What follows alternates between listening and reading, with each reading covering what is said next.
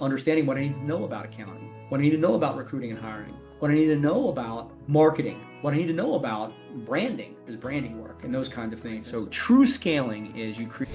The main difference between scaling and growth. Growth is strictly about your revenue, the size of your company. Scaling is about creating systems and processes that reliably deliver performance without you participating in that process. So true scaling is you create a system, a company with systems and processes that will continually deliver the results that you are expecting based on the work that you're doing. That's truly scaling. Most people get fixated on growth, but they don't realize sometimes you have to back off a little bit on growth to build the systems and processes. COVID was a blessing for us. A lot of people saw COVID come like, holy cow. And for us, people weren't driving during COVID for the first 3 months in Florida. So our business literally dropped off. And after I had recovered from my 2-week depression, because going to my office and not having anybody there for 2 weeks, I said, what can we do right now? And what we could do is we could do training videos. So I was allowed to have, I think, up to 5 people or whatever. So I brought a videographer in and I had people working from home and they were typing up scripts, and we did something like 50 or 60 training videos in 3 weeks. And so we built infrastructure.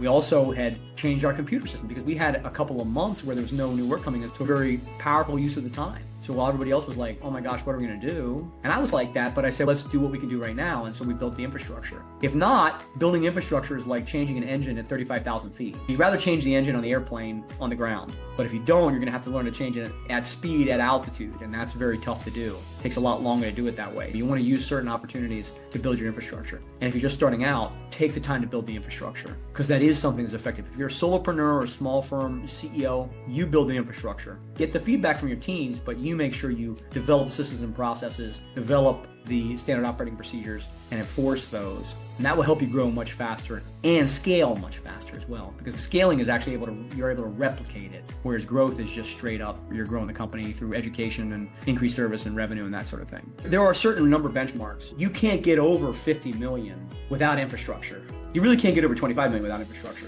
You really start feeling the pain over 10 million when you don't have sufficient infrastructure. And that infrastructure evolves and evolves. And you start off with an infrastructure of checklists. That's the first type of standard operating procedure, would be a checklist. And then you can evolve something that's a little bit more in depth. But as you come up, there's certain points, and 25 million is a major breakthrough, 50 million is a major breakthrough, 100 million is a major breakthrough, and you have to reinvent the entire infrastructure at that point. I'm already working on the infrastructure for 100 million, right? What do I need to do? And part of that infrastructure is a rigorous hiring and onboarding and training program that will run without any input from any senior managers, that people will be able to just come in, we'll find the best employees, onboard them, train them, and then of course we do on-the-job training too. But that training part, that's where our limiting factor is right now, is hiring and retaining the best talent and training them. And so that's the next component of our infrastructure, right? I have all the standard operating procedures to train people with. Now I need to have the training system that utilizes all of that to bring people up. But there's different breakpoints. When you're at $5 or $10 million, you want to stabilize your cash flow. You want to make sure that, for example, your deposits and your accounting system is all standardized. You want to make sure what the flow of revenue is. You want to be able to get your forecasting right, what the reports you want from your controller or your accountant or your bookkeeper, what reports you want to get. That's all the kind of stuff that at that level.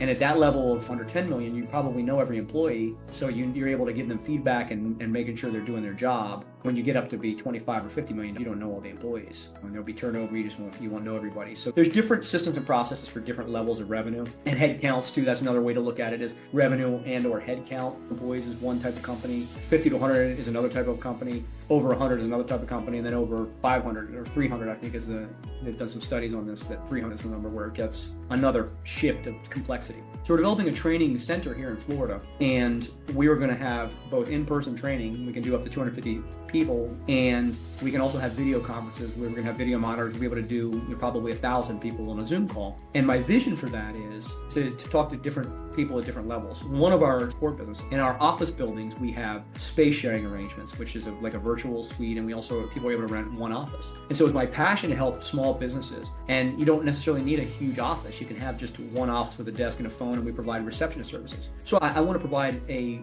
front to back, soup to nuts in business education system. One of the biggest challenges I had as a young solopreneur and a young entrepreneur was understanding what I need to know about accounting, what I need to know about recruiting and hiring, what I need to know about marketing, What I need to know about branding is branding work and those kind of things. And so we will have training for the people who are in our business, meaning our space sharing, but then we can also take that nationwide by virtue of the online training components as well. So I definitely can give different trainings at different points, and we're at the point I'm developing the curriculum right now for people who are 10 million, 20 million, 50 million. But my passion is really the smaller entrepreneurs when they get started, to help them, because actually 90% of businesses fail in the first 5 years. And they don't fail for a lack of enthusiasm, they fail because you don't have the basic business knowledge to make your business work. And there's a lot of gaps in knowledge. So I'm gonna start with the people who are local, and then we're gonna work up from there, as we also have documented all the mistakes I've made. And so I can definitely share all of those for different levels of business to get you guys, entrepreneurs and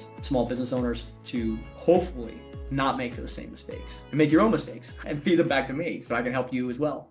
I'm gonna ask two questions right now. Number one, what do you think your biggest challenge is and your biggest barrier to success, or the level of what you set for your goals? And number two, what really is your biggest problem? Because one of the big problems that we have as business leaders is that the problem that we always fixate on is not always the biggest problem we're dealing with. We sometimes will fixate on the problem that's most interesting, but we'll ignore the biggest problem that is actually the barrier to our success. So comment below, what is the biggest challenge you think you're dealing with? What's your real biggest challenge? And maybe we can come together to find a solution for that through this session or through a direct message. So feel free to message me. What do you think your biggest challenge is? And what is your actual biggest barrier to success? If you want to work with someone who's already been through there, give me a call, follow me on Instagram. We have plenty of content that will help you grow your business, and we look forward to seeing you at the top.